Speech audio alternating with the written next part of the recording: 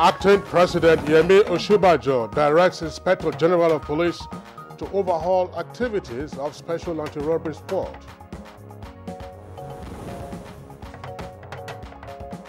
Nigerians still reacting to the inability of the National Assembly to reconvene to consider executive communications.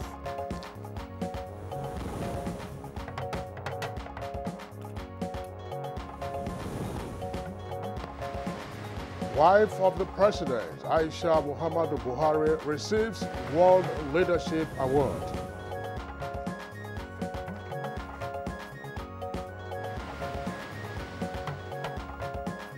And on Good Morning Nigeria today, our conversation is on breaking the impasse in the National Assembly.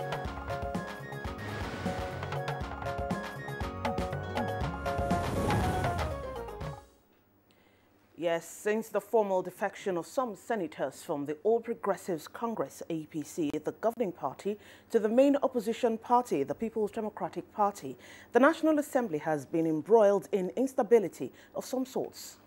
Now, the defections in the National Assembly, that's to say both for the Senate and the House of Representatives, coupled with the adjournment of the plenary of the two chambers to September, didn't go down well with many key players in the political space. And these include some members of the National Assembly. The concern expressed by this group of lawmakers may be connected to issues of national importance on the front burner. And one of the reasons, of course, has to do with what will be the inability of the National Assembly to conclude work and some very important bills pending their action. And these bills, of course, include supplementary appropriation for INEC to enable it conduct the 2019 general elections. Now, although the leadership planned to meet to decide when to attend to these important issues, the meeting could not hold on the day slated due to the invasion of the National Assembly by security operatives. And since then, that's to say, since Tuesday last week, there have been all kinds of speculations as to the precise date when the National Assembly would reconvene in plenary.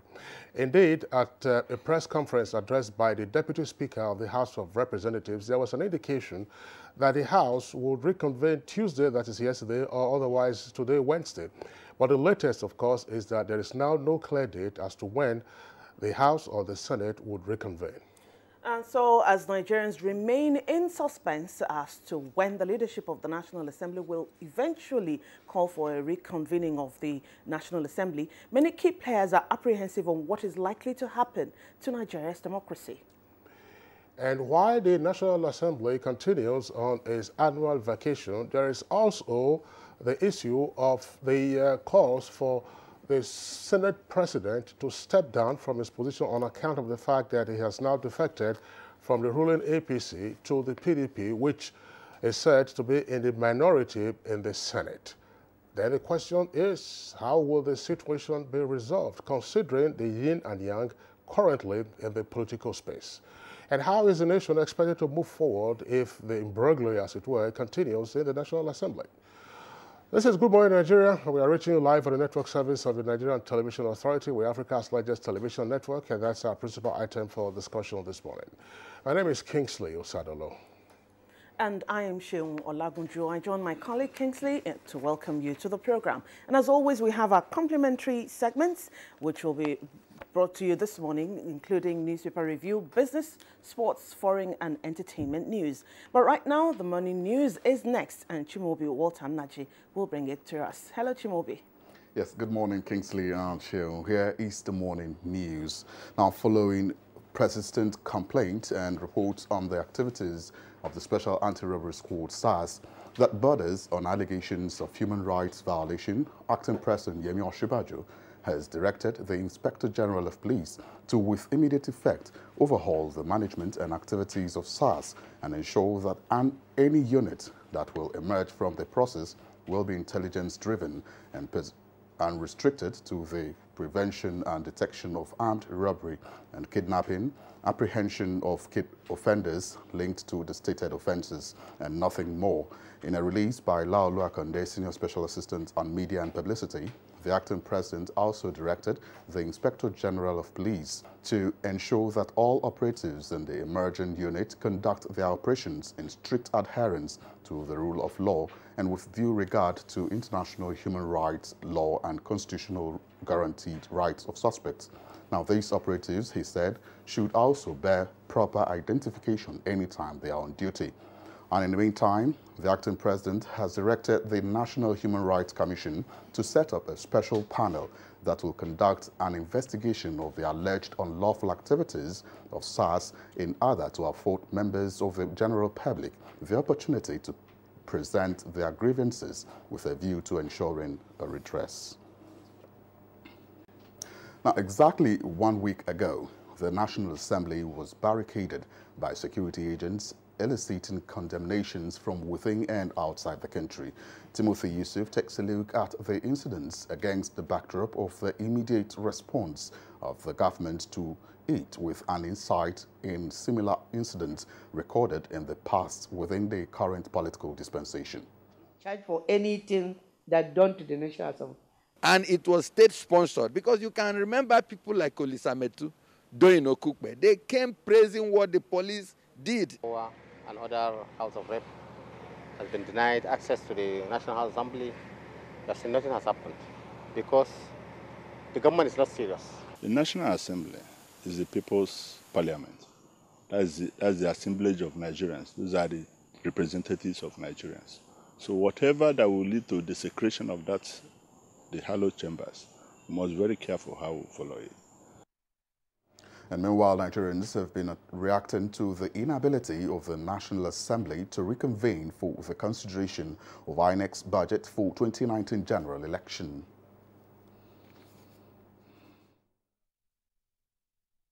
It is not good for the country that the National Assembly could not reconvene to discuss the issue as vital as the budget of the INEC, which definitely will impact very negatively on the conduct of 2019 elections. If you look at it, those committees has been set up a week ago.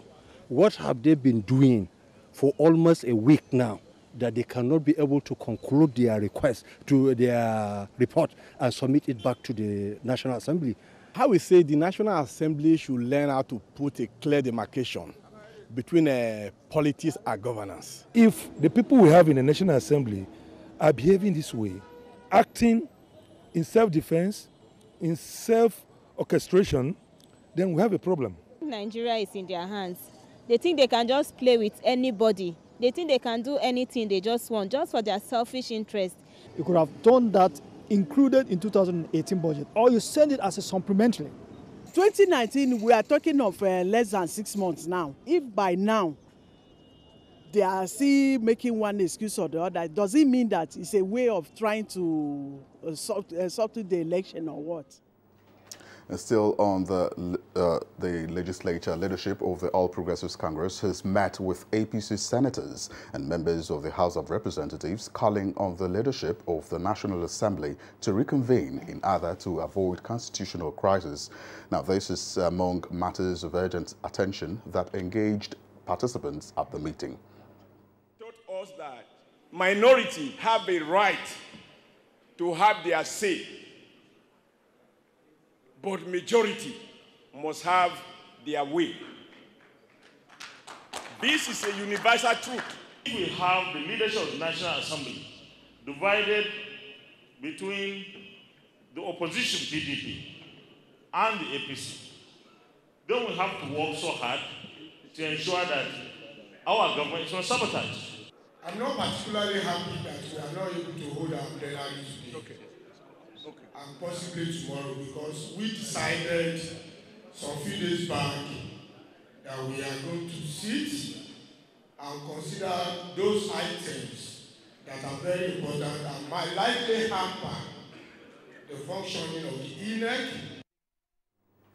And to other matters now, the federal government, through its Ministry of Water Resources, has signed an agreement with Kano State government to tackle water supply and sanitation challenges in the state. Water Resources Minister Suleiman Adamu and Kano State Governor Abdullahi Umar Gandije signed the agreement under the Partnership for Expanded Water Supply, Sanitation and Hygiene, PEWASH, in Abuja. Into 3 phases. Upon full implementation of the 3 phases, it is planned to achieve 0% open defecation and 100% access to water supply, especially in the rural areas. The total volume of the partnership is in the region of 12.7 billion naira, which is a big amount of money. This daily shows the concern of Mr. President of the Federal Republic of Nigeria, Muhammad Buhari, has for our rural. In a related development, Information and Culture Minister Alhaji Lai Mohammed says as the country inches towards the 2019 general elections, media practitioners have a duty to ensure that fake news is not promoted through any media. The minister restated this during his visit to the corporate headquarters of the Blueprint newspaper in Abuja. Media should be at the forefront of this campaign,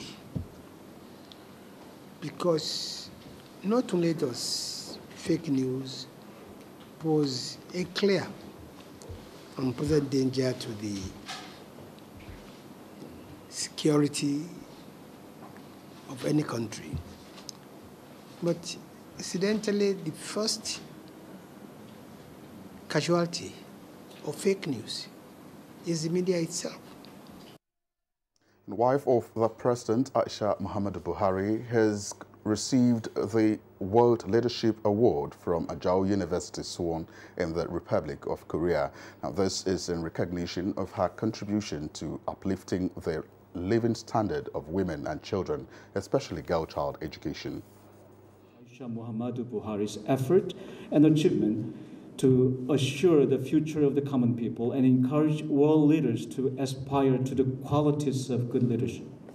The honor done to me today at the Abuja University here in Korea definitely spurred me to continue with my passion in supporting the needy, not only in Nigeria, but anywhere I have the opportunity.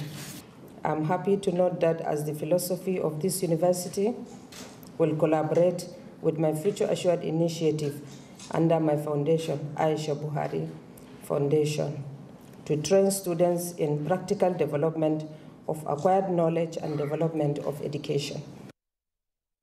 That's the news for now. Good Morning Nigeria continues with Kingsley and Shew after this break. Do stay with us. Unemployment, notably youth unemployment, features strongly in our party's manifesto.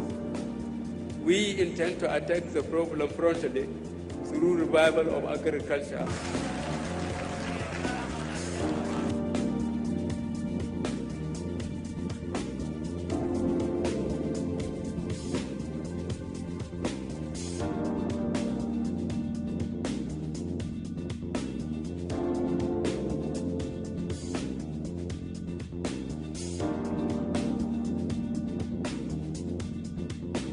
The 30K is going a long way. Actually, I bought an acre of land for 60K like 2012, and presently I have a cassava farm and a yam farm.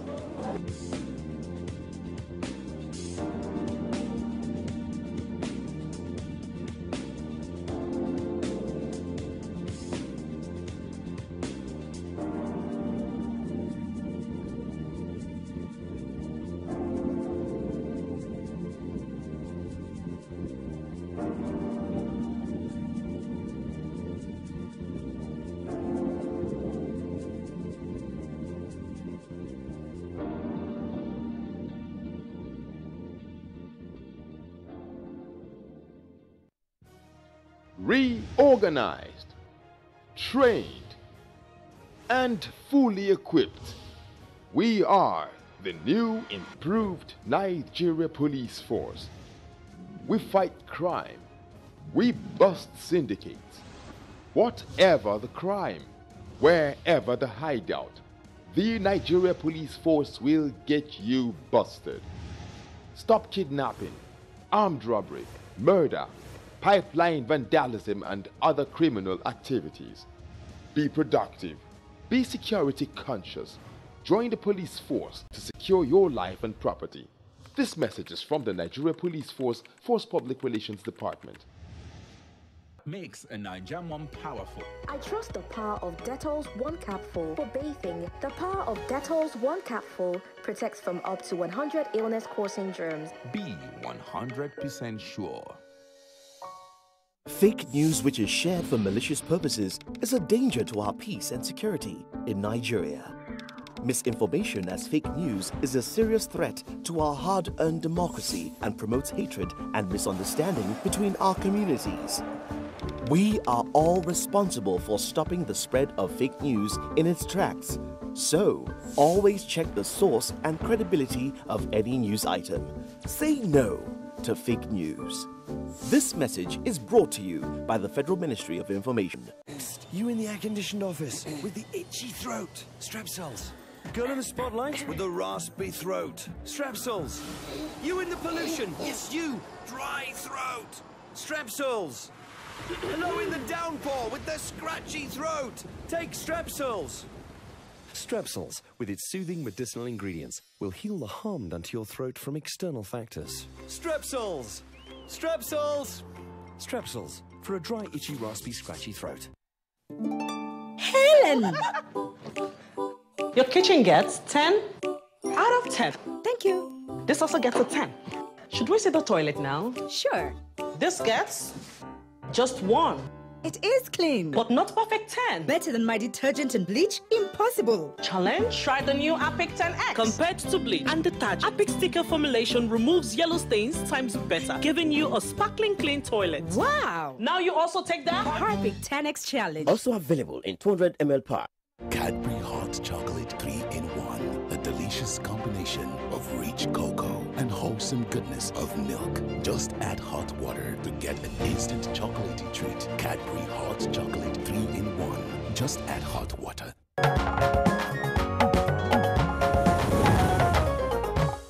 Talking business on Good Morning Nigeria now. 2 million Nigerians to get collateral-free loans in the federal government's new microcredit scheme for petty traders. Details now with Comfort Amodu on Business News. Welcome. Business operators and petty traders can now heave a sigh of relief as the federal government has launched a collateral-free loan christened Trader Money to support business initiatives. Trader Money initiative is designed to empower 2 million Nigerians under the government's Enterprise and Empowerment Program, JIP. The scheme, which was launched in Lagos, would grant a minimum of 30 to 50,000 naira loans, depending on the trader's ability to pay back the loan within 6 months of grace period. Petty traders in Lagos, Kano and Abia State are the first sets to draw the collateral-free loans of the government. This is sort of what I call like a push initiative. So we are going to them. For example, we register people at their point of trade. We register people at the point where bulk is being broken. So if you are selling bread, we go to the bakery. That's where you come to collect your bread. If you are selling plantain, we go to the depots where all the plantain is dropped. So we're actually going to them. Meanwhile, the Debt Management Office, DMO, has raised 410 billion naira from the domestic capital market to fund the 2019 budget. The Director General of the DMO, Patience Oniha, at a press briefing in Abuja also revealed that the nation's public debt stood at 22.379 trillion naira at the end of June, which is equivalent to $73.31 billion, of which $22 billion was external.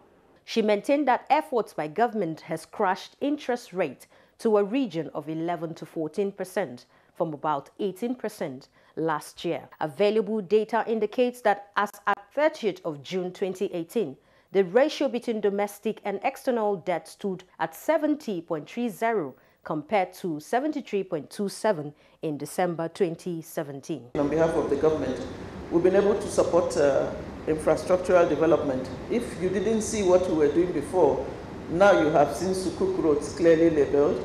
You know that we're supporting infrastructure, a building of external reserves, lowering of domestic interest rates, and then more access to credit for the private sector. Equally in the equities markets, the bearish hold persists on Tuesday, the 13th of August, as market declined by 0.35%, with the all share closing at 35,288.23 basis points. Here is the closing figures of other trades on the floor of the exchange.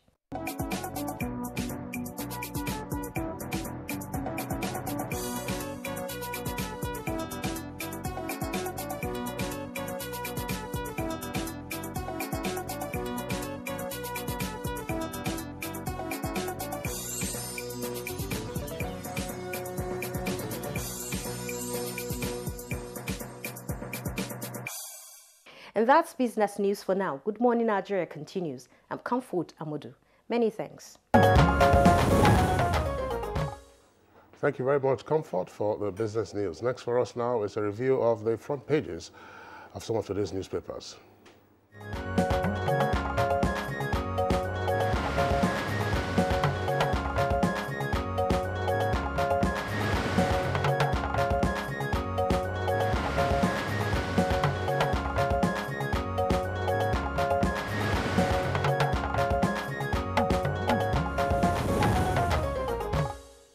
Yes, we kick off the newspaper reviews with the Nigerian pilot, and its major headline on the front page, of course, is crossfire with the riders. National Assembly APC bicker over resumption.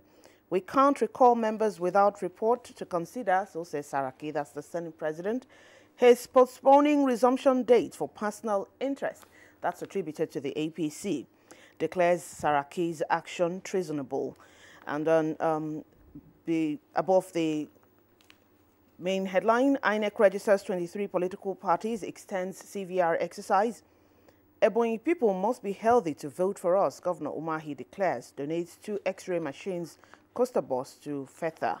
And below the picture story on the front page of the pilot, End SARS, IGP Idris complies with Oshimbajo's order.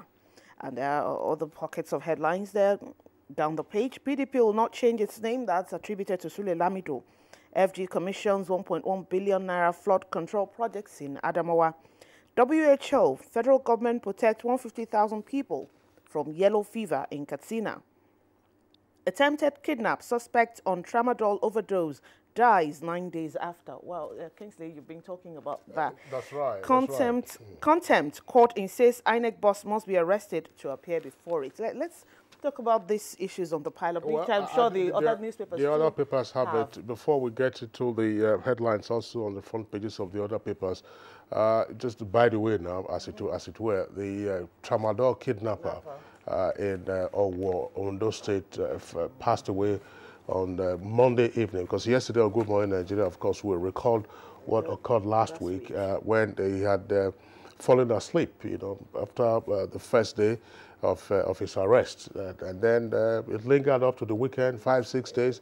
But by Monday, taken such an enormous dose of it, whatever it is. Well, absolutely so. And put himself in a coma for days. For days, yes, until that his internal organs all just packed up. So the story of the tramadol kidnapper obviously has now ended. The search will be on for his accomplices.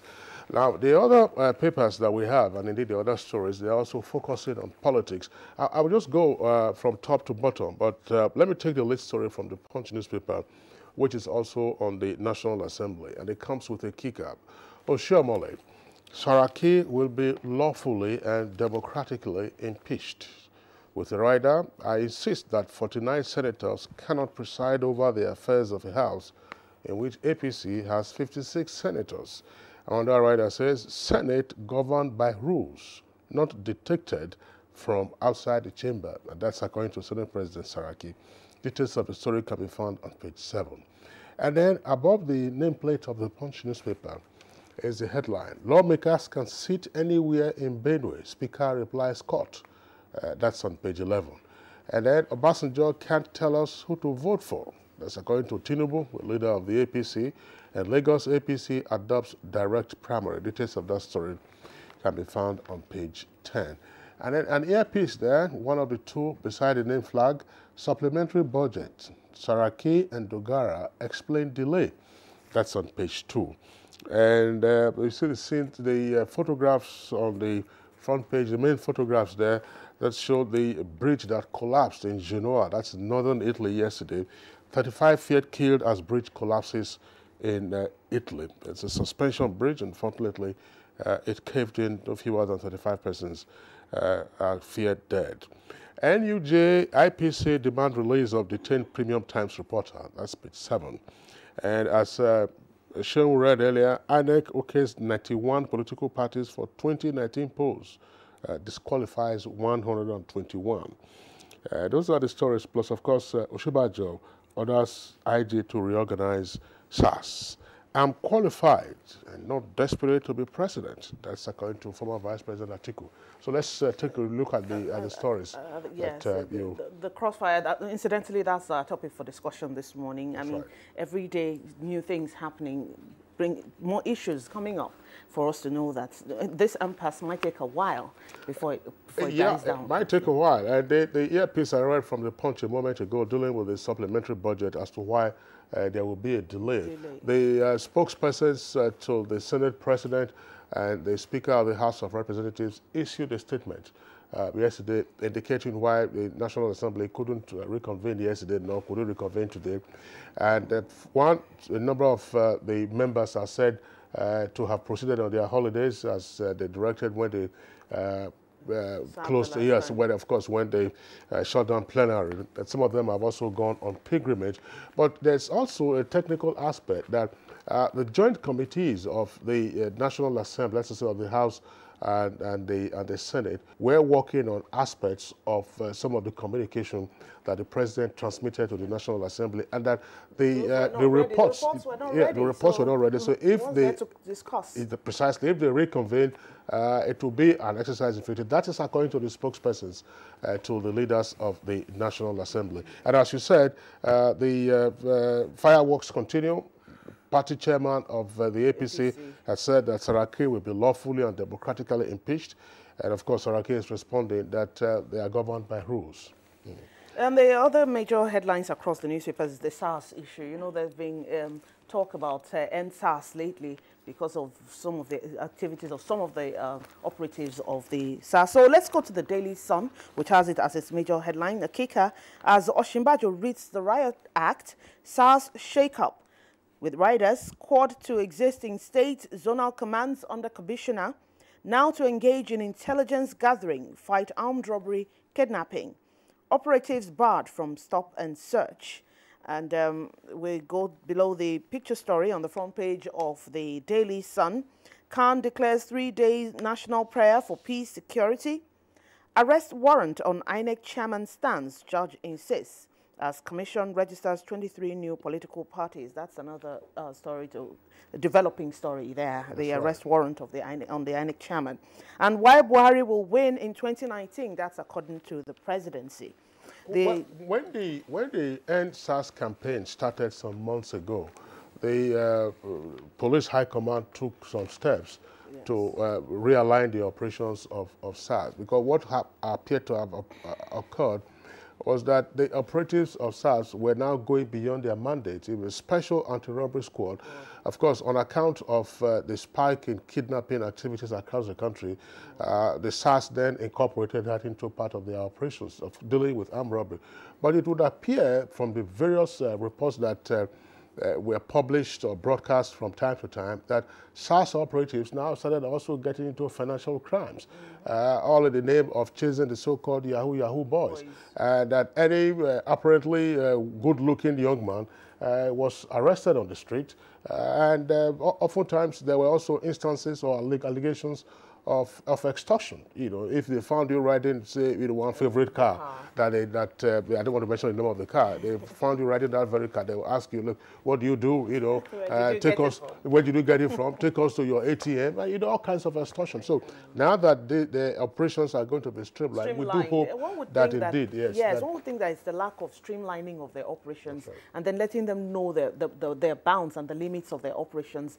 That's why some of them were going outside these things and then just doing things the way they like. There was no reprimand. There was no reprimand at the time the operatives, were engaging in some of the excesses. But I have a concern. Now, part of what has been said now is that they have been restrained now from engaging in stop and search. How can you carry that out? I mean, if you have armed robbers or kidnappers who are in flight and you need to track them, how will you track them? Well, just hope that the impunity will be checked and that the crimes also would be checked. Sure. Well, the same thing is what we have on the front page of the Nigerian Tribune. We've gone over that. Osinbajo orders overhaul of SARS. Do you have other headlines? Yeah, that's right. The overhaul of SARS. You talked about the political parties. I think we have the story. Yes, and the arrest warrant on the INEC chairman. On INEC chairman. The INEC chairman, of course, that's a legal matter. Yes. Because it's the matter went to the Court of Appeal. But the judge is insisting that his earlier order for his arrest, should be carried out. So we see how that legal process plays out. But the other concern has to do with the registration of 23 additional political parties. Before the disclosure yesterday, the country had 68 political parties. There are already concerns as to how INEC might be able to manage these 91 political parties in the course of a general election. How will your ballot paper look like?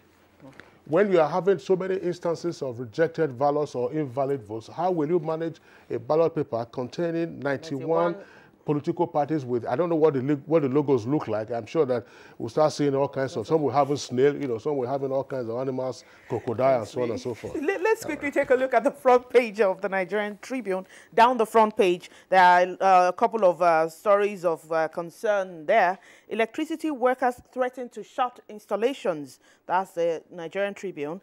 And then Lagos ranked among least livable cities in the world. I'm sure Lagosians will kick against this. Army uncovers Boko Haram recruitment linked on social media. Well, we hope electricity workers will not shut down installations, not at this point again. Well, that's electricity workers, it's only one part of the value chain. The electricity workers, these are the transmission company of Nigeria, but it's a chain. which is owned by the government. You have the GENCOs, you have the DISCOs, and the workers under the TCN are complaining about their CEO. There are all kinds of issues with regard to recruitment, promotion, and on all the matters. We do hope that the appropriate authorities will step in. They had also indicated that there were no returns being made to the FROS on account of deductions. The Minister of Labour and Employment, as well as that of Power, Works and Housing, have tried to step in. Apparently, they didn't get the relief that they require. But we do hope that they will actually step in much more decisively now to deal with the concerns raised by the employees who are workers of the Transmission Company of Nigeria. Yesterday, we took a lead story from this day newspaper indicating that the president had vetoed the electoral amendment bill. That's the one that was sent to the president. Now, there's an update, which is still today a lead story for this day newspaper, and it comes with a kicker: presidency. Buhari vetoed electoral amendment act bill to prevent constitutional infraction, says president considering fresh bill. In other words, there were two bills. The one that this day reported yesterday as having been vetoed was the earlier one sent to the National Assembly. Now, this is a fresh communication, a fresh bill considered and passed by the two chambers of National Assembly. Which, of course, should have looked into the concerns raised. That's right. Forwarded, transmitted, rather, that's the technical word, transmitted to the president on the 1st of August. So it isn't time out yet, as it were, in terms of the constitutional provision with regard to the president either indicating his accent or withholding his accent. So that's the update. The Electoral Amendment Act bill is still before the president for his accent. Above that story from this day newspaper, you have the occurrences, of course, on the National Assembly. No basis to reconvene National Assembly. Now, above the nameplate of this day newspaper, very quickly, Nigeria's total debt hits 22.37 trillion naira in June, and the federal government borrows 410 billion naira to fund 2018 budget. Now, let's take a look, Shil, at the editorial this morning. It's coming from the Nigerian Pilot. Again, the title of the editorial, as it were, actually speaks for itself. It says, detaching Nigeria's security agencies from politics. And the editorial opens by saying that recent happenings in the country's security sector and its impact on our democracy and governance have drawn attention to a national urgency, which is the need to re-engineer the security architecture and completely detach it from politics. Yes, there's a burning need for that, so that our democracy will not be threatened like it was last week. I mean, people who saw what was going on TV were afraid to say, what on earth is going on here? So this just needs to be... That's right. And the paper, of course, is making reference not only to the DSS, but indeed to other security agencies. And to say that they must now, of course, draw a line, beyond which they cannot step, especially with the involvement of politicians. All right, so that's the much that we can take in our newspaper review segment. We'll take a short break now. When we return, of course, we'll be dealing with how to try to resolve the impasse in the National Assembly. Hate speech is not a joke. It incites genocide and crimes against humanity. Most of Africa's civil wars are caused by hate speech from one tribe against another. We don't want it here. The Nigerian government stands firm against hate speech. Under no conditions whatsoever should we tolerate or excuse or justify hate speech or hateful conduct of any kind, especially where such is illegal. There's no doubt that the resurgent push for separatism, as well as the rising cases of ethnic and religious disharmony, are all traceable to the growing phenomenon of hate speech. One nation bound in freedom, peace and unity. Nigeria, one nation, one people. This is a public service announcement brought to you by NTA. These days, people get their news and information from more media sources than ever before. Some of the news and information given are fake, unverified, doctored, and manufactured to create confusion, stir disaffection, and cause disunity.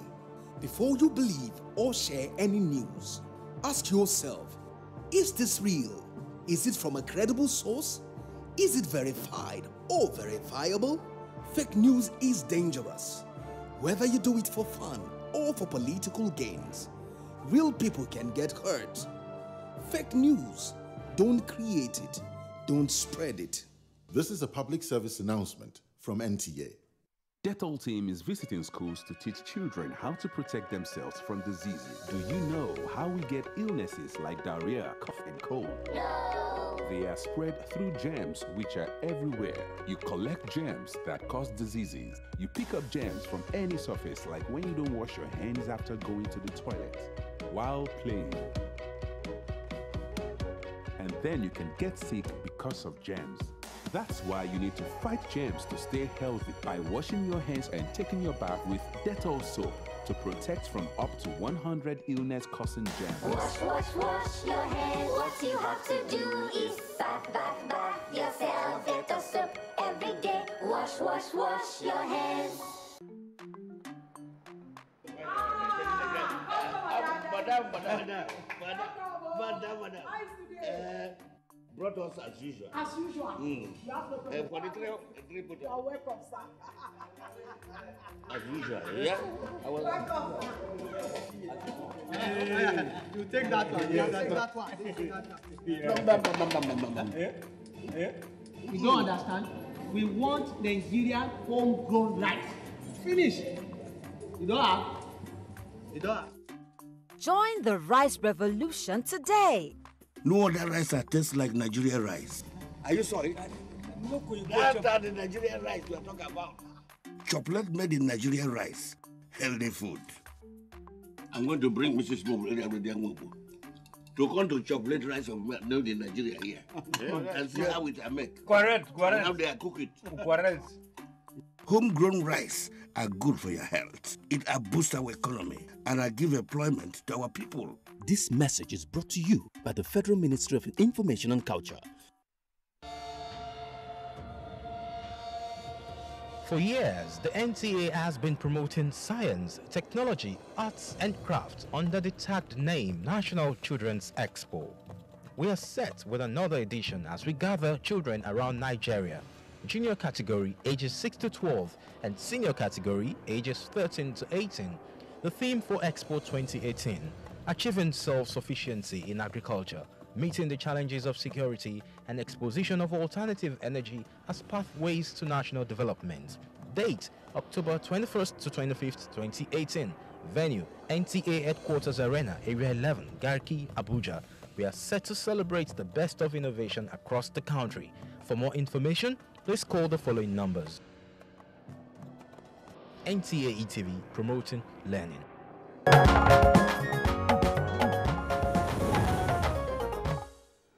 All right, you're welcome back. But if you just joined us, it's Good Morning Nigeria. We're reaching you live on the network service of Africa's largest television network. Now, the 8th Assembly, that's the 8th National Assembly, has, as it were, had a crisis of confidence since its inauguration in June of 2015. Sometimes hot, sometimes cold, But a few weeks ago, matters, of course, blew in the open. And the matters have been compounded by the recent defections in both chambers of the National Assembly, with calls, for instance, for the Senate President to step down on account of the fact that he has defected from the ruling APC now to the minority PDP in the Senate.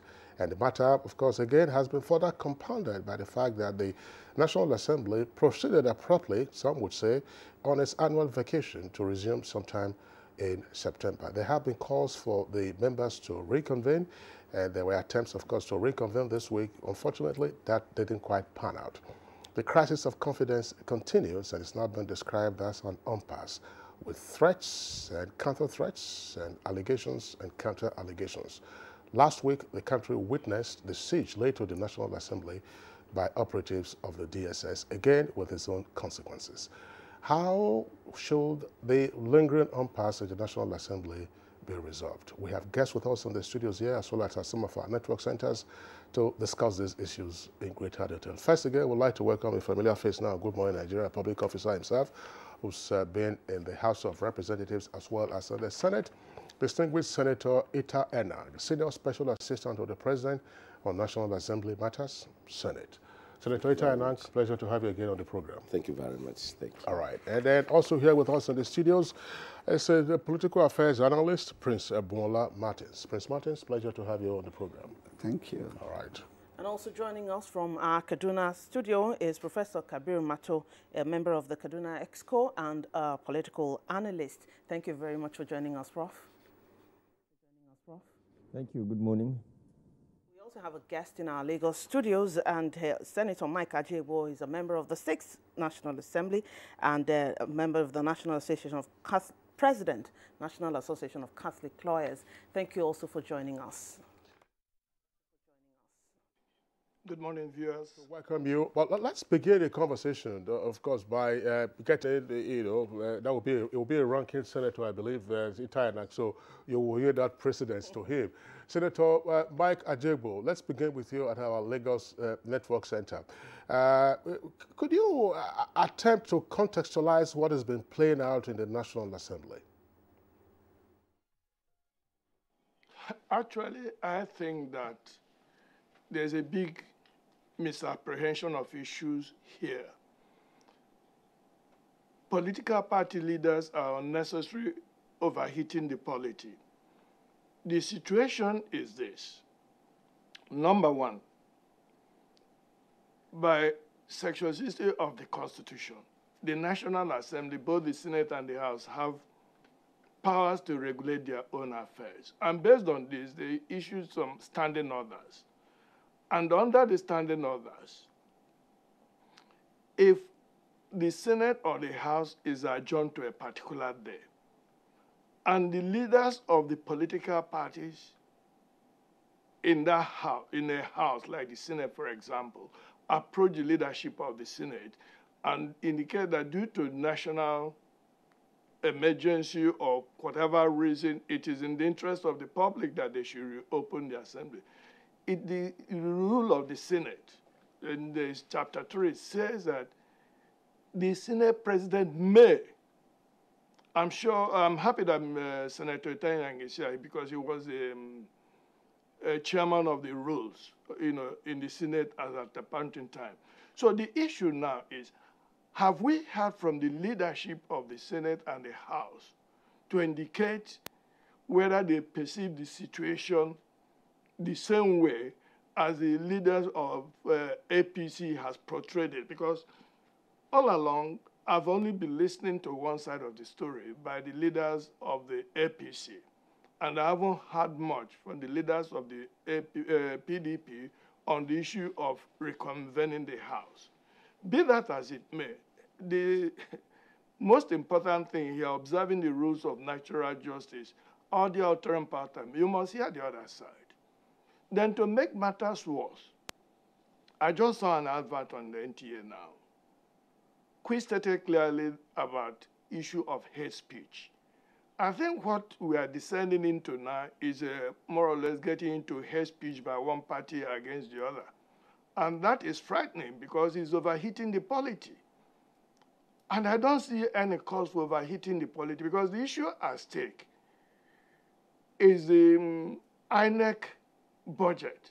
And it is not a supplementary budget from the way I understood it, but environment.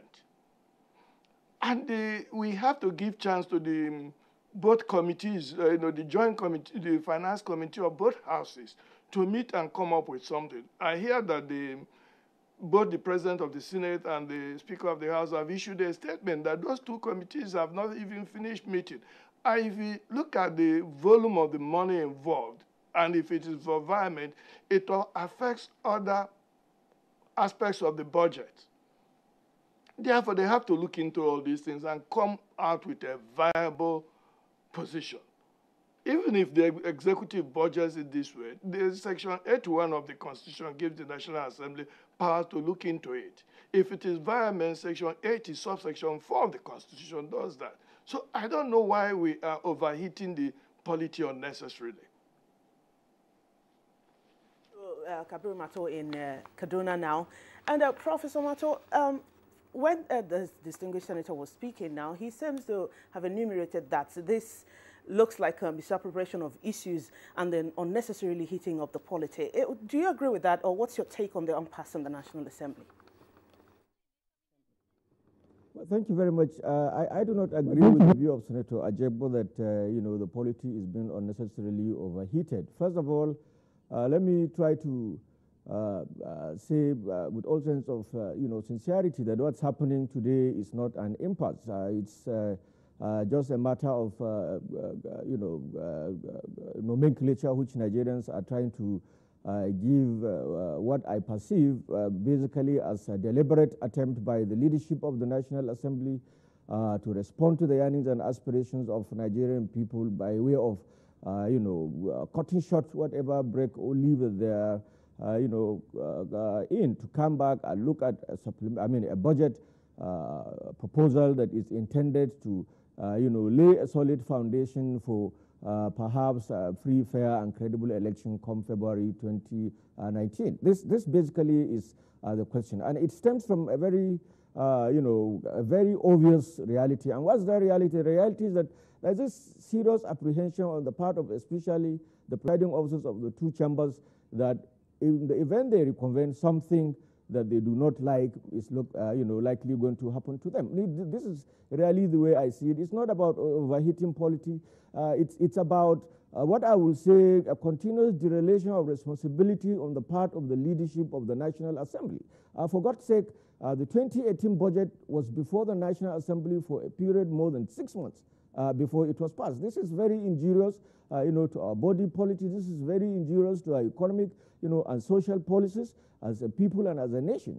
And, here we are faced with a leadership that is apparently becoming more recalcitrant in the name of preserving its, rights and privileges. I thought, leadership of presiding officers in the National Assembly a matter of, first among equals. That's basically the way I look at it. There is no impasse as far as I see it. I see it basically as, this desperate desire to hang on to, certain political positions, that some of these leaders are occupying. So the issue of impasse, in my view, is completely not the scenario before us. And yes, of course, the polity probably is being overheated, as Senator Mike just said, because this may be his perception. And one of the basic issues that we face as a people or as a nation is that we don't seem to have a minimum level of understanding the reality of our socio-economic and political existence within and among the elite class. We all try to, throw meanings and interpretations of whatever that we see happening that seems to either tow with national integrity or national objectives from our own personal standpoint. So I want to think that it is not, like I said, an impasse. It is, the desire to hang on to political positions. And I think what must be done, and if, of course, the Senate and the House rules have stipulated very clearly that you can elect a presiding officer by a simple majority, but you need two-thirds majority to remove him. I don't see any reason why the leadership of the two chambers should continue to be frightened by the reality. I mean, this is really holding Nigeria to ransom. And I think what stops, for instance, the various committees, INEC and appropriation in the Senate and the House, from sitting down to look at this budget, it's a piece of work that can be done within a period of 5 to 7 days. So why are they prolonging it? Why are they extending it? The same sort of people will come out and throw political propaganda very soon to say that in the event, God forbid, anything goes wrong with the preparation towards the election, that, you know, the government is doing this or that. I think we need to be a little more objective and look at this issue from, you know, neutral standpoint, so that we can, you know, ask the National Assembly, put our pressures. When the Department of State Services last week invaded the National Assembly, as wrongful as that particular incident was, we saw the response, you know, that accompanied that from the acting president. That's the way to go. That's political maturity. That's governance. That's leadership.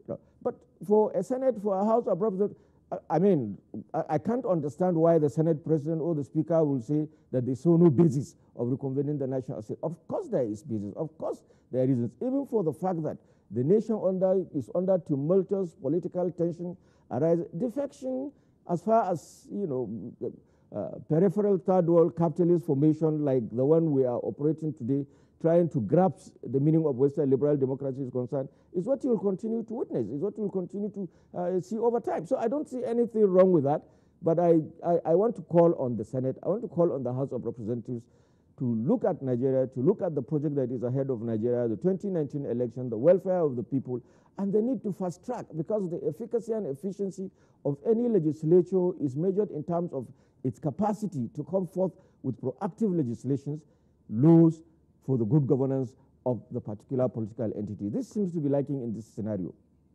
Right, Professor Kabir Mato, thank you very much there for your opening salvo. Maybe we'll give you some time to catch your breath, and then you'll look for a synonym for us to replace impasse, because all that you have described tended also to agree with the impasse that we have said. But regardless, we'll come back to you at our Kaduna Network studios. Let's bring in our guest now in Abuja here with us, Prince Abuola Martins. Let's have your opening thoughts.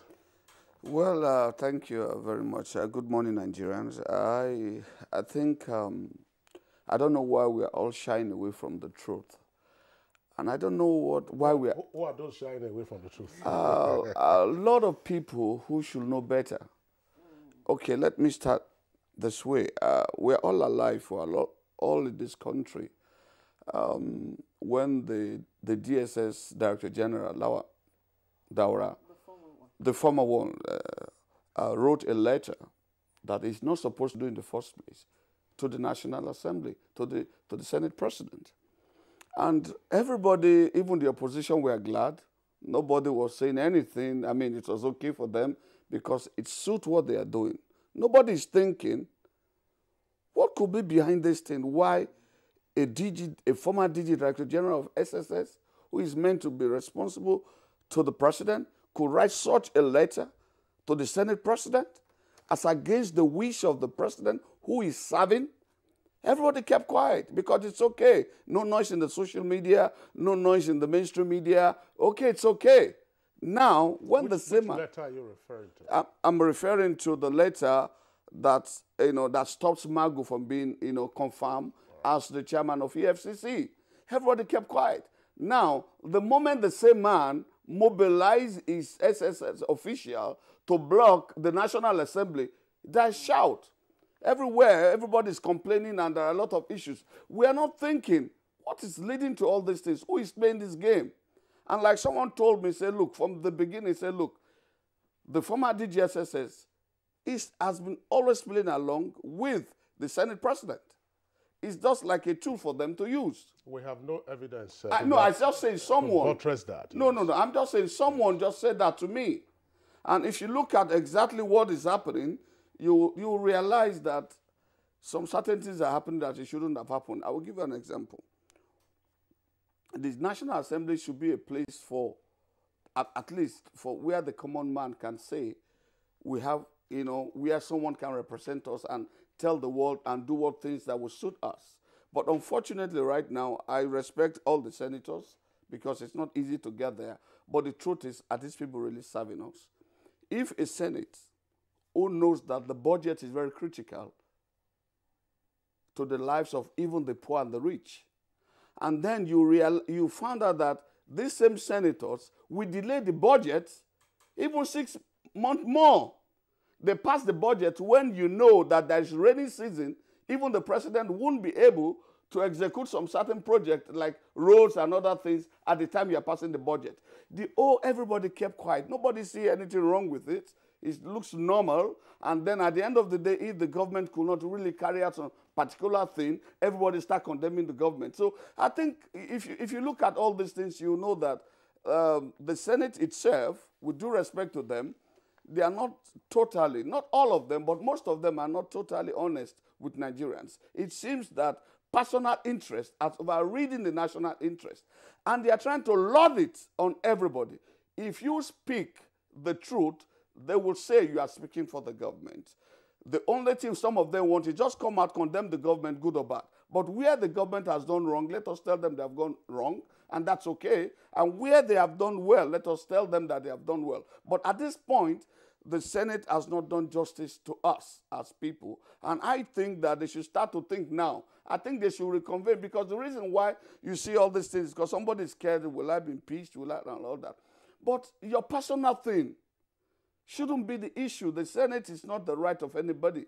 The Senate leadership, or even being a senator, is not the right of everybody. It's the right of all Nigerians. If you are qualified, you can be there. So I think that the Senate should begin now to think that for the sake of this country, if they truly love this country, as they are trying to portray, for us to see, they should reconvene quickly and do the needful. And this is very, very important. All right. Senator Itaena, I would like you to contextualize this, but let's back up a bit, again, on account of the fact that we've always had you as a guest. You were a member of the 7th Assembly, and near the end of the tenure of the 7th Assembly, we had you on this program. And one of the issues we were discussing on that occasion had to do with the frosty relationship between the National Assembly and the executive branch, in a situation where, for instance, the ruling party at the time had a majority. And you made some proposals, with regard to how to smoothen the relationship between the executive and the National Assembly. You've been on this job now for 3 years plus. The kind of impasse that we are seeing now, did you envisage this as part of the items you have to deal with on your plate? And how do you conceive of all of this? Well, it was envisaged because it was envisaged on account of the fact that the way the leadership of the National Assembly emerged they were independent. And again, there were certain other underlying factors that made it possible to envisage this. Throughout the previous 16 years, it was PDP in power, and the APC was just coming in. And there were definitely likely to be these challenges. So it was envisaged. But the extent was not envisaged. Now, I want to urge the legislators, the senators and members of the House of Representatives, to please listen to the public, because it does appear that it is true that the public may be getting impatient with the legislature. Impatient in the sense that when you look at the temperature, or you feel the temperature on the temperament of the public over the delays, over what the public is perceiving as delay, I have to mind my words, because as a diplomat, I must be politically correct to both ends. That's right. At this time, they should listen to the public, because one, there is practically economic shutdown, the shutdown of the economy. And I repeat, shutdown of the economy. Oh. Yes, because one, the budget that was passed was a deficit budget. And to finance it, you have to raise money from the capital market. If you don't raise the money, you can't fund the budget. And if you look at what we're getting from what the federal government is getting from the federation allocation, from the federation account, that is the federal government share, it is not enough to pay ongoing contractors, ongoing projects on the side. And so it may not be even remain, it may not even remain to commence other projects. Now, you look at the Federal Capital Territory, the budget had lapsed for a long time. They cannot do any other thing. You look at most of the 64 agencies, the budget had exhausted, it has not been passed, and this budget was laid before the National Assembly on the 7th of November 2017. Now, all these are pending. A lot of appointments are pending. Now, Mr. President sent the environment, having agreed that when the budget was given to him, if he does not sign the budget and send it back, that correct this so that the budget can be well implemented, it may delay for a long time. But he said, I will send environment and supplementary. And he signed and said, let other elements go on. Get this done for me so that I can, the economy can move. Now, after that, Mr. President submitted, it is not being addressed. Now, again, even if the National Assembly were to pass INEC budget, it is just an infinitesimal part of it. It doesn't solve the problem because the Independent National Electoral Commission cannot conduct election without the backing of the other security agencies. Now, what did Mr. President present before the National Assembly? He presented budget of Independent National Electoral Commission, budget of the Office of the National Security Advisor, budget of the Nigerian Police Force, budget of the Nigerian Security and Civil Defense Corps, budget of Nigerian Customs Service, and budget of one other security agency. Now, if you pass the budget of INEC, 2 things or 3 things will still be wrong.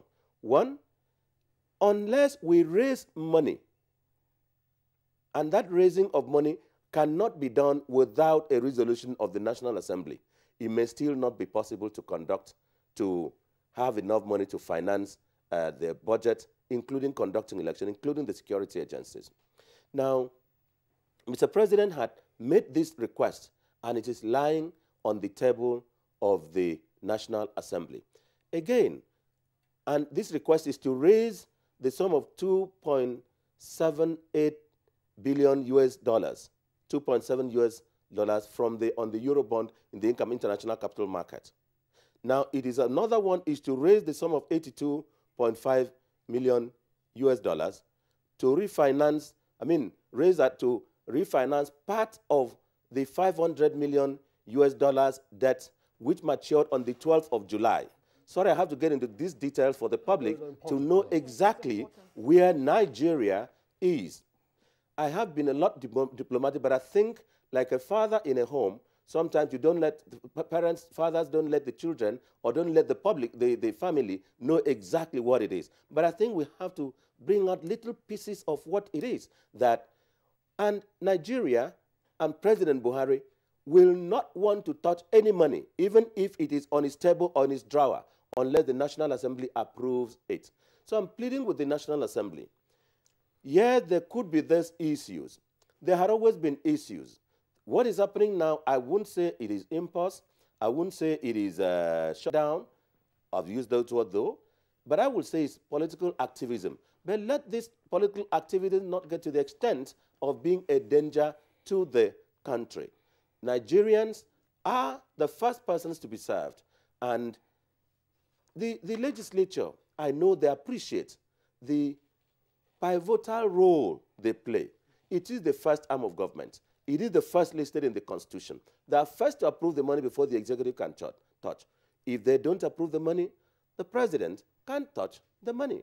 And if he doesn't touch the money, days are going. The political parties have issued dates for the different congresses to choose their candidates for the election. So it is getting nearer. And the budget, again, was environment and supplementary. Yes, you may have committed the budget to the Committee on INEC, but then there must be the Committee on Finance to determine the source of money for which you want to give to INEC, national security, and all that. Then there must be other committees. There must be the appropriation to look at the environment element, because part of the money you want to raise to fund INEC and other agencies has to come from environment. And so it is not just right. It is not just that a committee of INEC has been asked to come and provide and look at the INEC budget. No. And if you look at INEC budget alone, not other agencies, one, you will not have money. The appropriate processes of raising the money to give to INEC will not be done. So it is more complex than simplistic as it is being presented. So I join my voice again to members of the Nigerian public, with the executive, to urge the legislature that the public and the Nigeria is suffocating, not bleeding. It is suffocating because it cannot breathe. It has money, some money it cannot touch.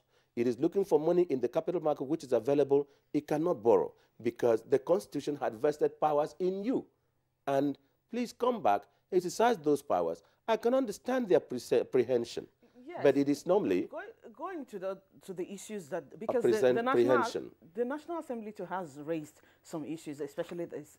Well, it was a joint statement saying that some of the committees that were supposed to meet to present reports to them that they are supposed to act upon have not even met, or nor have they given them any reports to work on. That how would they now come back, that knowing that they actually went on this recess according to the House rules, not that it was outside of their rules? The National Assembly, the legislature. I was in the National Assembly for 16 years.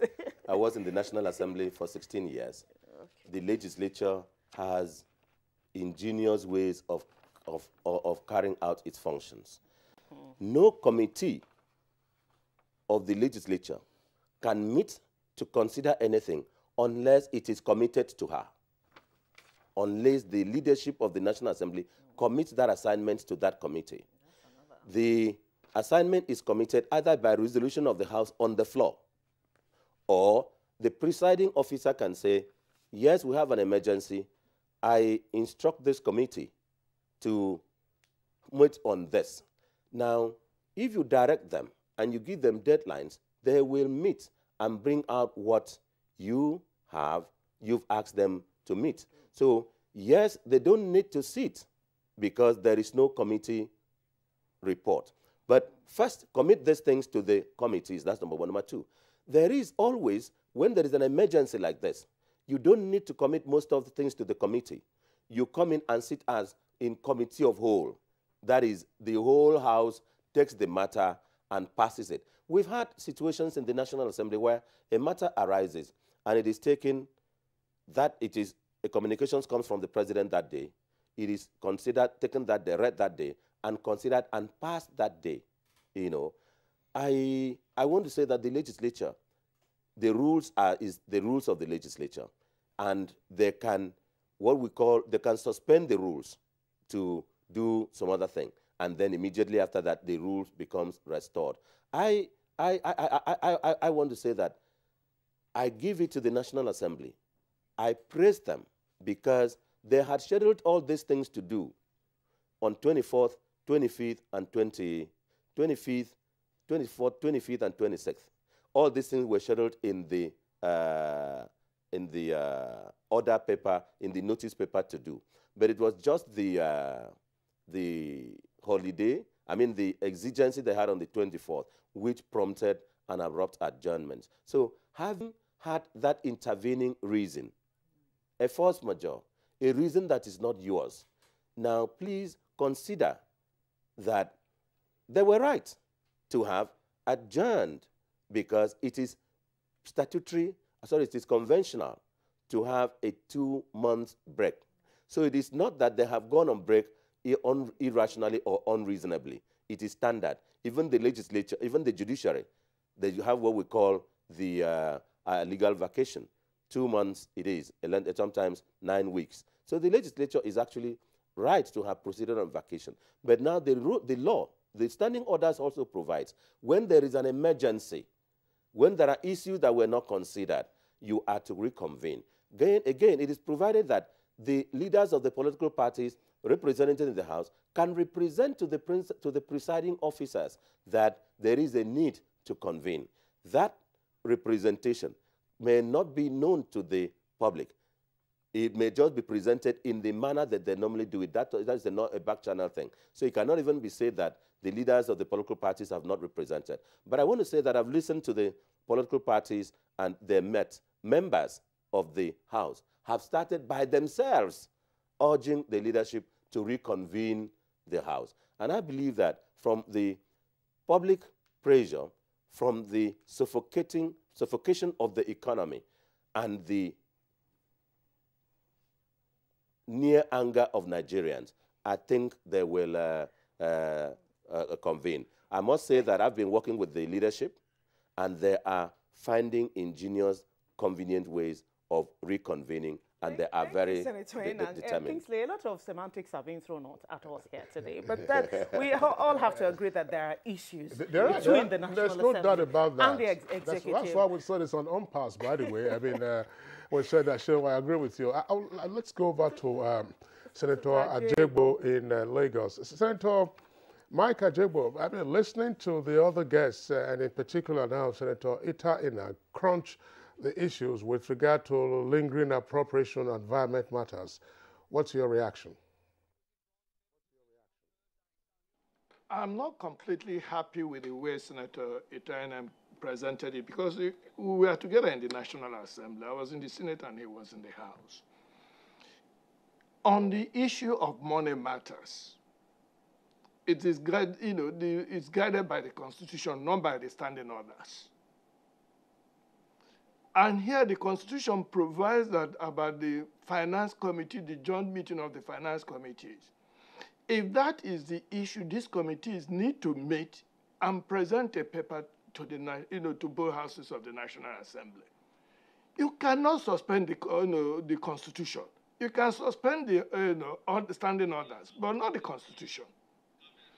Number two, there's a problem we are having. I said it at the beginning. It's a problem that is bordering on hate speech. The pressure on the leadership of the National Assembly, the pressure on Dr. Saraki to resign. Let me take you back to 1999. What happened, the emergence of leadership in 1999 is also the way the leadership of this assembly emerged. And what happens when leadership emerged that way? They stop behaving based on party lines. The Senate now becomes independent of the party. And this is what happened. APC tolerated it. When the person they wanted to be the Senate president didn't emerge as such, another person emerged. They tolerated it. Why is it that today, when they know that they don't have the numbers, because the Section 50 subsection 2 is very clear on the matter, you need 2/3 of all the members of the Senate. I've seen a number of arguments being, circulated in the social media as the 2/3 of people sitting. No, it's 2/3 of the total. So it is, in my place, we say it's only a tree that we hear you are going to kill it and still stands in the same place. The issue is, there's been enough willingness from the part of the leadership to reconvene the National Assembly. But the issue is this. We are talking about the plenary session. The committees are working. Even Senator Inan admitted that. If the committees are working, can they not be allowed to finish their work and present it to the plenary so that the plenary can work on it? So if you call back the plenary today, what are they going to be doing in the National Assembly?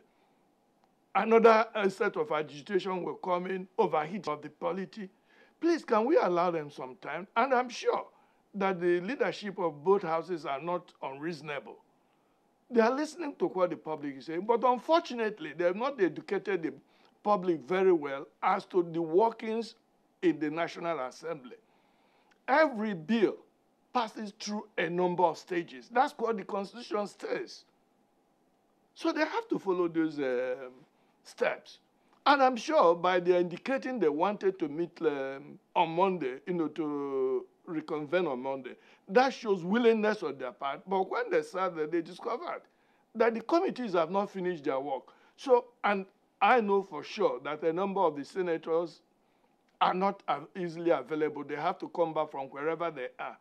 So please, let us not continue overheating the polity. My friend, the prof from Kaduna, said that he doesn't agree about the issue of overheating the polity.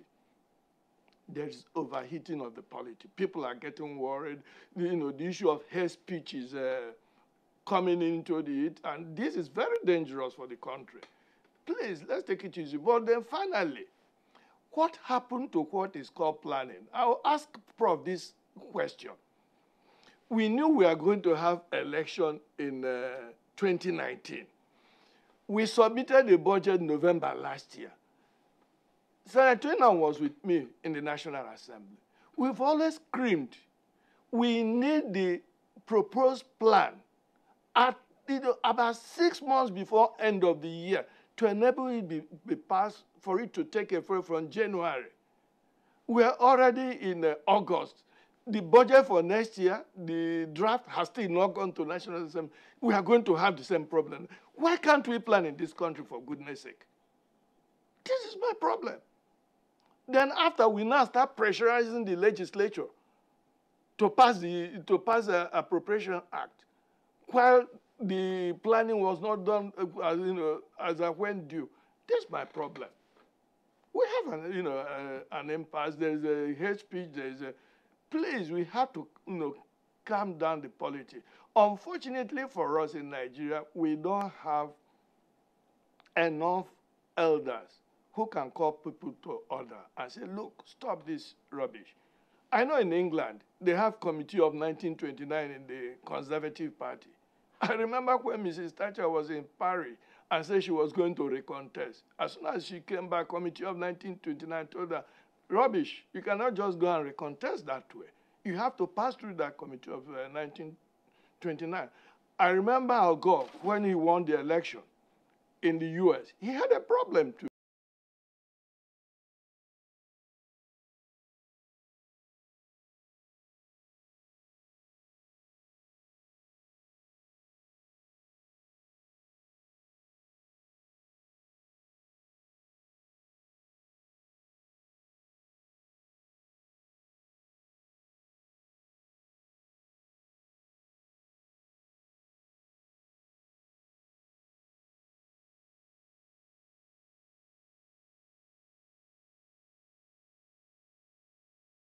They called him. I said, hey, stop. You are disgracing the image of U.S. We don't really care whether you won the election or not. The problem is the council of, we are supposed to have, to sort out these things is not very effective in this country. That's my position on this. Thank you, Senator Ajebo. We will go to Kaduna to meet Professor Mato now. The senator raised some issues there, and then even our other guests have raised issues of why the National Assembly needs to reconvene now. And then one would now also talk to the point of the need to plan. These things have been on the table. We know these things are going to happen on these days, especially the issues of the election, the economy, and so on. So, Prof, now I'll put it to you. Do we have an emergency on our hands now if the National Assembly does not reconvene now? Well, yes, I think we have an emergency. And just like Senator Itayenang rightly mentioned, it took the National Assembly more than 7 months to pass the 2018 appropriation. And the president agreed to assent to the appropriation bill on the grounds that he was going to submit a supplementary budget in order to take care of certain specific, requirements and pitfalls within the 2018 budget as was passed by the National Assembly. So, you see, one of the major issues that I think should be put clearly on the table is the fact that the function of the legislature basically is lawmaking, oversight and representation. And if you are talking about lawmaking, the most important law that a legislature makes is the appropriation law. So that is why the centrality of politics is economics. Economics is central, to virtually everything that we do, especially politics and governance. And this is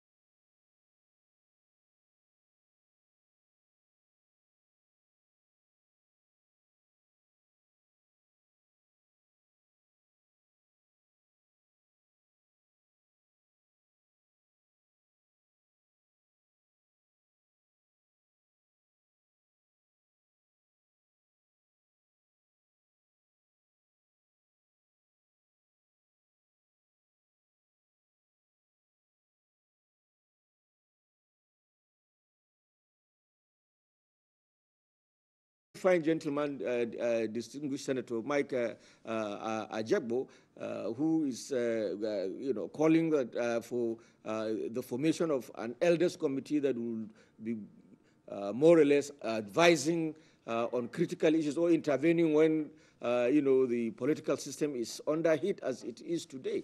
But you see, the moment we continue to look at these issues from our various political standpoints, then it becomes very difficult to comprehend the magnitude of the issue and the likely consequences. That you're talking about planning. Yes, planning is good. As I speak with you today at 10 o'clock this morning, the governor of Kaduna said will present before the State Assembly the 2019 budget estimates. And we hope that very soon that will be done. But that is also a function of a willing legislature.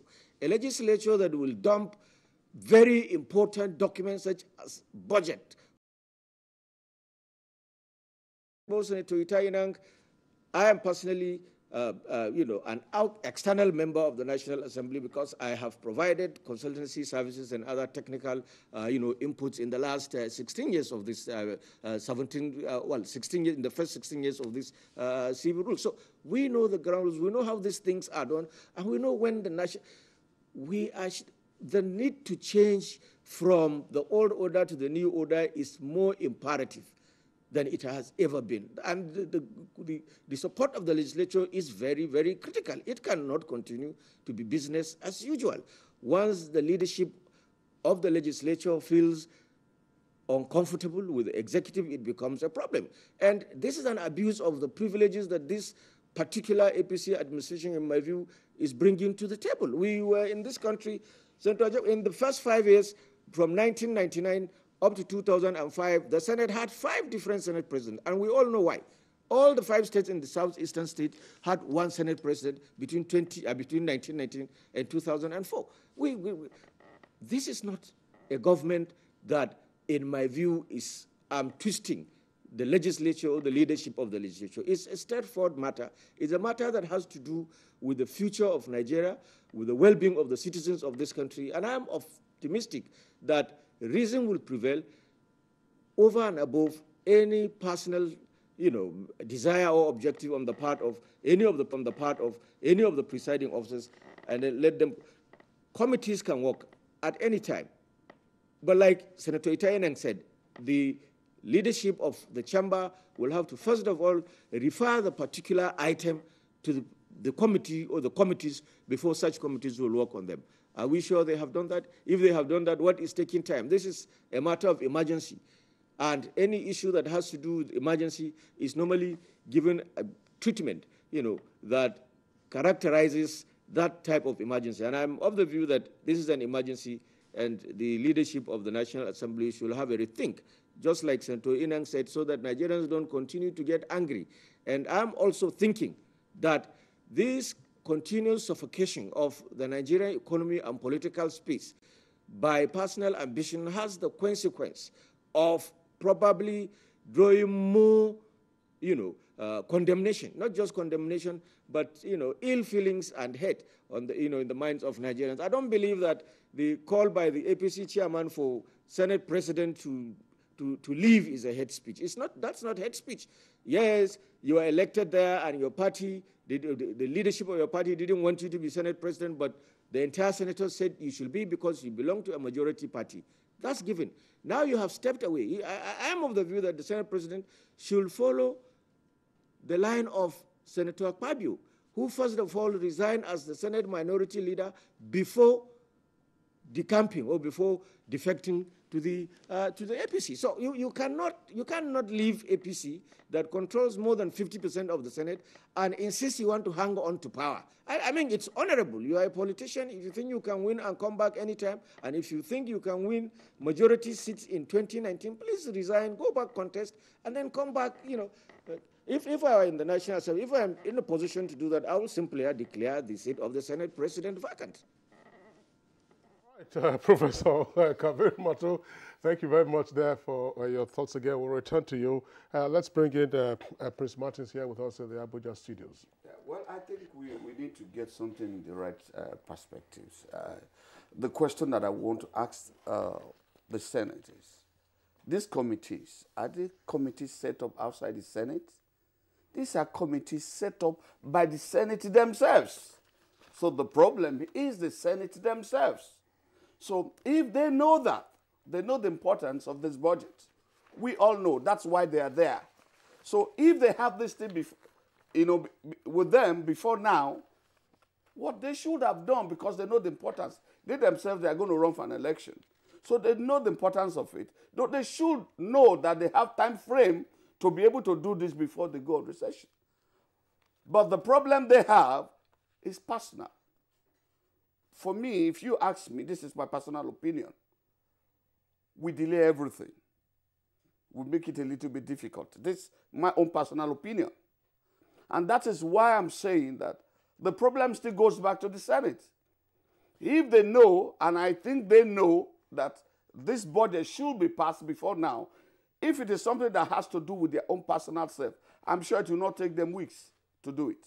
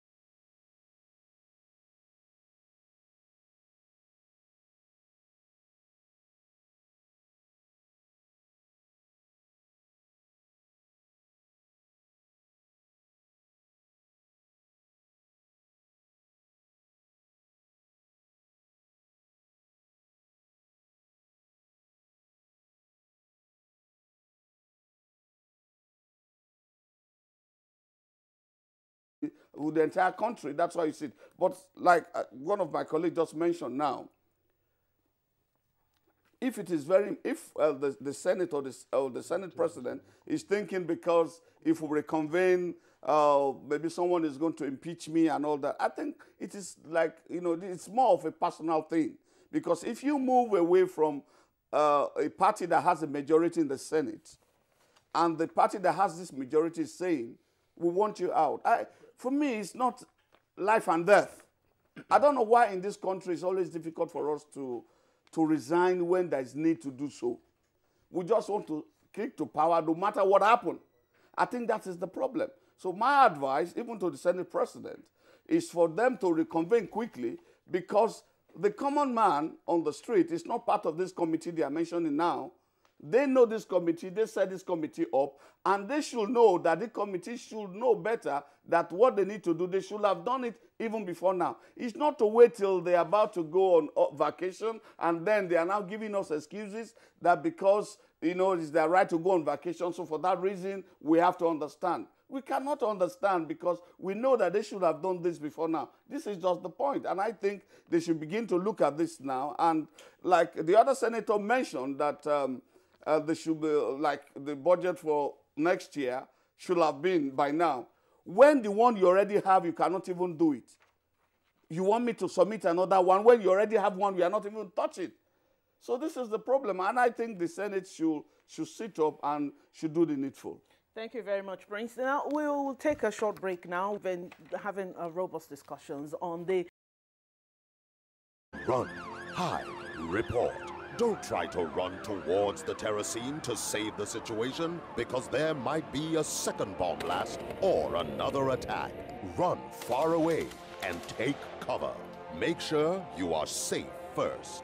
Yes, it is in our nature to sympathize or to do with this any longer, because change begins with me.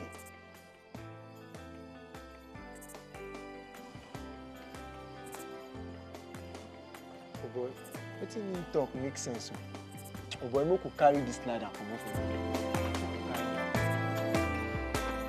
This message is brought to you by the National Orientation Agency in conjunction with the Federal Ministry of Information.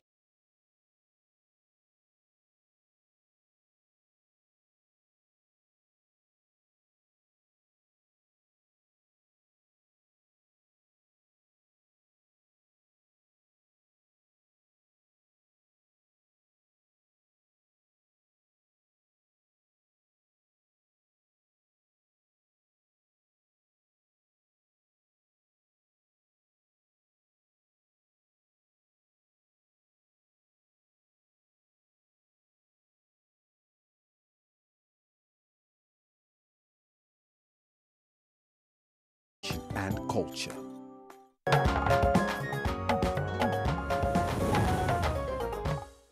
All right, you're welcome back, and it's still Good Morning Nigeria, and we're still on the topic resolving or breaking the impasse in the National Assembly. We have a number of tweets that have come in. We'll take our first set now and then return very quickly to our guests. Sheil? Yes, Festus Akimboyewa says the defection of the Senate President, Senator Saraki, aggravated the impasse in the National Assembly, and only one man can prolong or break the impasse, and that man is Saraki himself, either by resigning or staying put. Sani Michael Amakoji, political parties are unnecessarily overheating the polity. Are the parties' constitutions supreme to the Nigerian Constitution? Perhaps we understand that what seems politically right might not be legally right. Therefore, asking the Senate President to resign is not constitutional. And then Cecilia Okoroma says, our leaders must remember that power is ephemeral. People sacrifice to elect them and not to impoverish or destroy them.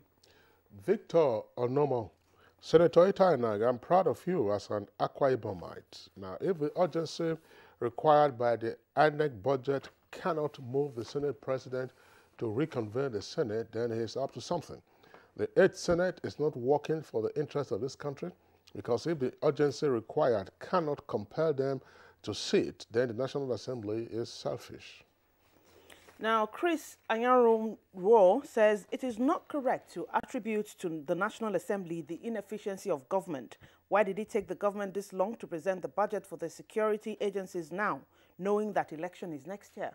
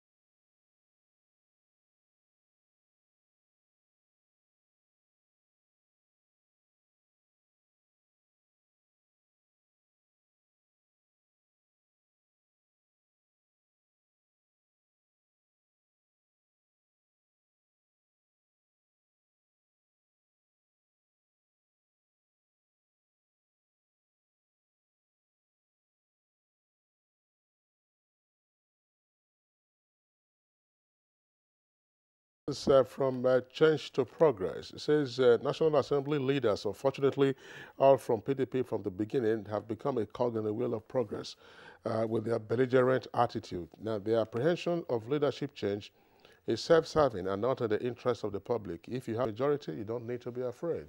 And Melody Yusuf says, it's unfortunate that the 8th Assembly is trying to push Nigerians to the wall.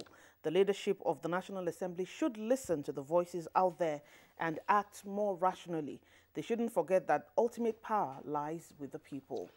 This is coming from Baba Idris. Ask yourself why the executive did not present the INEC budget in January. Why now? And Mustafa Migawa says the most honorable thing to do is the Senate President should resign and reconvene the Senate and consider the INEC budget. Omogbalahan has this tweet. Now, this is the very reason I remain an advocate of a unicameral legislature. With what is currently happening, it appears the ambition of one man is over and more important than millions of Nigerians. It's, however, sad that the majority still blames the president for the impasse. And Victor Ohiesioma says the National Assembly should reconvene to consider the critical matters in the national interest. Party politics should be put aside. The question is, why was INEC's budget not included in the 2018 budget? All right, those are the set of twists we will take in the meantime. One matter that we cannot run away from is one that, of course, has been in the air. Senator Ajegbo has captured it in his own words. Others have also referred to it and countered what he has said. They called for the Senate President to step down. Let me put the question this way. Will the, if you like, the overthrow or the impeachment or removal of the leadership, current leadership of the National Assembly necessarily create a conducive atmosphere for the members of the National Assembly going forward to continue to conduct their business, bearing in mind the likely injection of musical chairs? Senator Itainak. Yeah, my job as liaison officer is to work with the Senate, and the job of choosing or sustaining the leader or president of the Senate or speaker is that of the members represented on the floor. And what is happening now is a contestation, a direct influence, except advocacy. Therefore, it will not be appropriate for me to get into this discussion. But let me add a few things. One, that the question of the budget is not a question of the Senate alone. It is that of the National Assembly. And the National Assembly is made of the Senate and the House. So if the House of Representatives, which is not having any challenge now, it is not having any contestation, the Speaker is not having any pressure, convenes and takes a look at this, then it may be easier for the Senate to find an ingenious ways of concurring with it, and they go on. Then members of the public and those who've tweeted have also raised the question that why were they not planning? And Senator Ajegbo, my friend, first said that he has a little bit of some reverence. I mean, he differs with me on some of my presentation, but in the end, he goes on agreeing. I did not say that you can suspend the Constitution. I said you can suspend the rules, the standing orders. Now, if on that question of planning, the budget was presented in November. The understanding was that it was going to be passed in December. The agreement we had. In fact, okay, I have never used the word agreement. I've always said understanding. But understanding to the extent that it almost crystallized into agreement was that this budget would be passed in December. And when it is passed in December, by the time and it is implemented, in the course of it, all will be accommodated. But when it did not come, and we knew that INEC budget would have been contained in the presentation of the budget, which would have been in September, October of this year, it would have been included there. If you see the presentation of Mr. President, it presents 2018, 2019. So INEC budget, which is to be spent in 2019, ought to be approved now. And all these other matters, they were there. But we thought in January it will be approved, in February it will be approved, in March it will be approved, because we kept having these assurances. So it's not a question of failure of planning. It was inability to keep the understanding that we had. Let me also finally say that on this point that, yes, the National Assembly is having pressure from the public. The National Assembly understands that it keeps the what I would call the lifeline of the nation. And it should listen to this pressure from the public. I agree they have challenges. And let me help not say that this, what they're doing is personal. I shouldn't join it. But they also have a right to preserve, because only the living can praise the Lord. They are responsive, and they will be responsive. But they're taking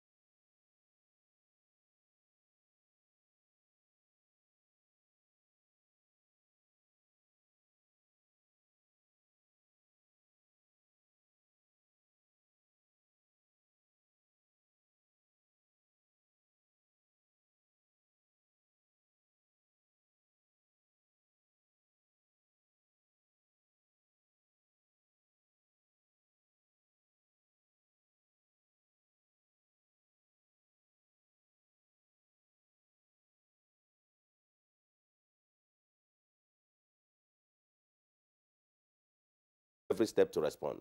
All right, Senator Ita, thank you very much. But, very quickly, let's return to Lagos. Senator Mike Ajegbo, I want to repeat the question I posed to Senator Ita, which he said, listen, considering his position, it's not he cannot, speak so fully to that issue. Namely this. Now, if the demand is that, look, Saraki must go, and any which way Saraki gets to be removed, will that necessarily create a conducive atmosphere for the National Assembly to function? I mean, if depending on how it's removed, will that necessarily, wouldn't you at some point in time need again the concurrence of other members of that chamber, or indeed of the other chamber to get going? If there's so much bad blood now, what happens going forward, even if the leadership is changed? The problem is we are mixing up two major issues. One is the impeachment threat. Then the other one is the issue of the environment and supplementary budget. Please, for goodness sake, we should not mix the two. The issue of impeachment threat destabilizes the National Assembly. I will plead with leadership of APC to please sheet their salt. Let's sort out the issue of the budget first before they start worrying about the issue of impeachment. Because as at now, from what we read in the papers and what we see, they don't have the numbers. But the most important thing is the assumption we are making that the National Assembly will pass this budget. Why is it normally sent to the National Assembly? By Section 81, the President should send this document to the National Assembly. Why is the National Assembly to approve it? Is it not for them to look at it, agree or disagree? Assuming they don't agree at the end of the day, what happens? These are some of the issues we must take into consideration. We just shouldn't assume that it is not supposed to be a rubber stamp National Assembly. We should not just go and assume that, okay, the President has given them, they have to come back and pass it and give it back to Mr. President. It doesn't work like that. And we need to educate Nigerians about this issue. In the House alone, we have 360 members representing 360 constituencies in Nigeria. We have 3 senators per state. They are representing human beings. And these human beings have likes and dislikes. They may or may not like what is happening. They have to represent them. So please, that's why I'm begging that we should stay down on the issue of the impeachment threat. Let's focus on the issue of the supplementary budget environment, which requires the concurrence of the majority of members of the National Assembly. Because if we continue this way and they go back, what of if they say we are not passing this supplementary appropriation bill? What happens then? We are back to square one. So let us not assume. Let us shoot ourselves, get these issues solved, then before they continue worrying. That's my view on this issue. Because if you continue with this impeachment threat, you will never have peace in the National Assembly. I was there 1999 to 2003. Whenever you bring up the impeachment threat, it destabilizes the Senate. It also happened in the House. It destabilized the House. So please, let us get this issue out of the way and focus on the important one. Thank you very much, Senator. We'll go to Prof in Kaduna. Prof, briefly, we should pause the impeachment threat so that we can move on. Let's have your thought on that.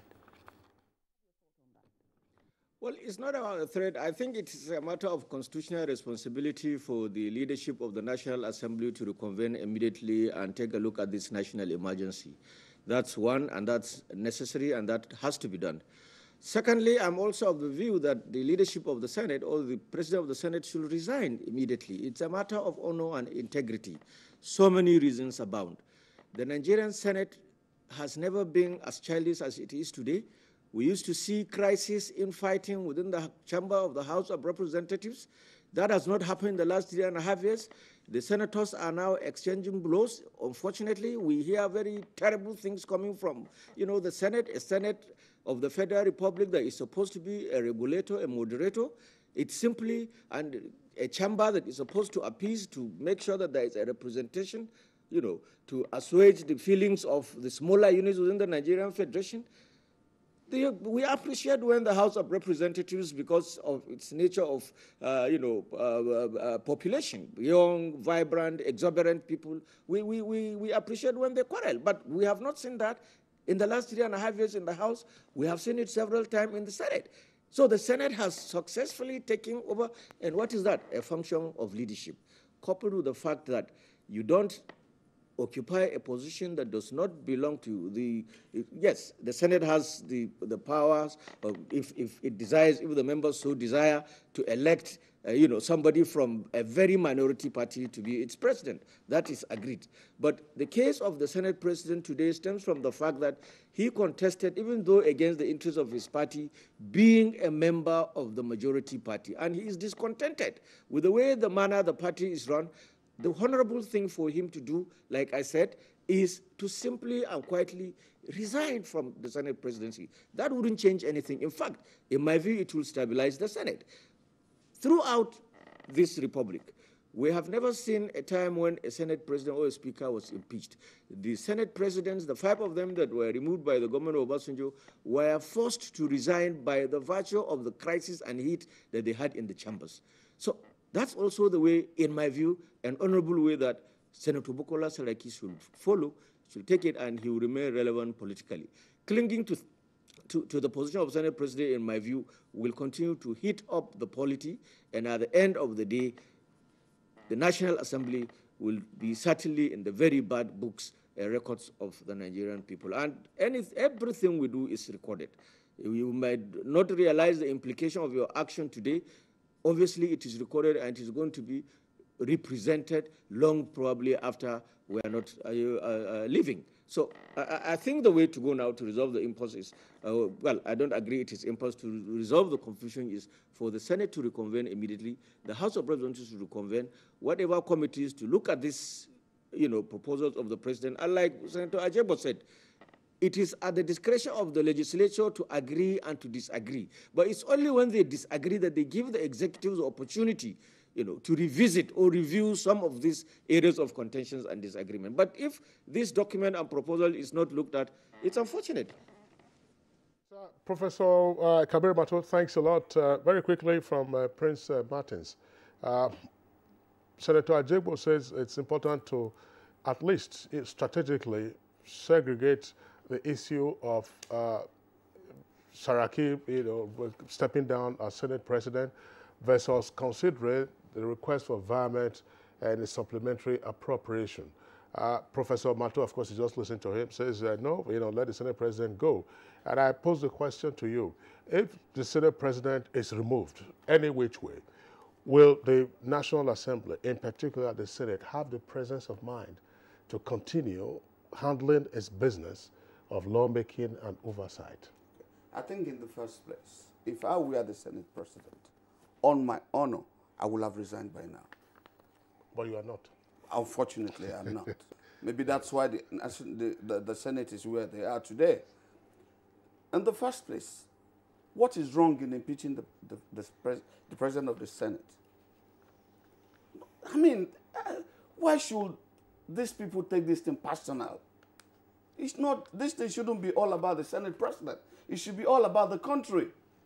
Before now, I mean, during the previous government, Senate President have been, removed.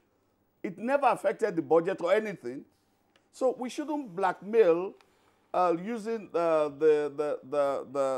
budget issue to blackmail the removal of the Senate President. But I think that removing the Senate President, believe you me, or the Senate President resigning, will really bring peace, will stabilize the polity. Because the reason why we're having this is that some few people are bent on protecting the Senate President, his personal interest, as against the interest of the country as a whole.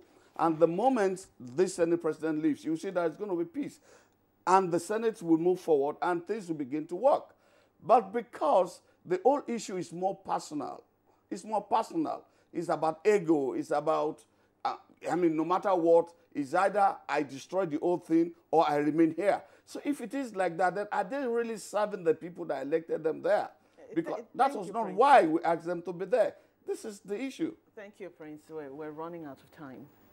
Thank you very much. I want to say that I agree with Senator Ajegbo, and that the National Assembly does not just have to pass. That is why in my words, in my presentations to the National Assembly, I have been appealing to them to convene. I've been appealing to them not to pass, stick to set, but to consider. That is why we lay before the legislature, because if we get too much pressure, has been very, very reserved in their words with them. So we're appealing them to come in and consider and pass as they think fit. All right. Senator Itaina, Senior Special Assistant to the President on National Assembly Matters. Senate, thanks a lot for your contributions to our discussion this morning. Thank you very much. Thank you. And Prince Bonoluwa Martins, Political Affairs Analyst, thanks a lot for being around today. And Professor Kabir Mato, political scientist and analyst, joining us from our Kaduna Network Center. Thanks a lot for being around today. And also, distinguished Senator Mike Ajegbo, thanks a lot for your contributions. And we do hope that there will be a follow-through on the proposal you made with regard to who should or who can intercede. We do hope that we can have a council of elders, maybe veteran lawmakers, senior citizens, who can intercede in the lingering impasse.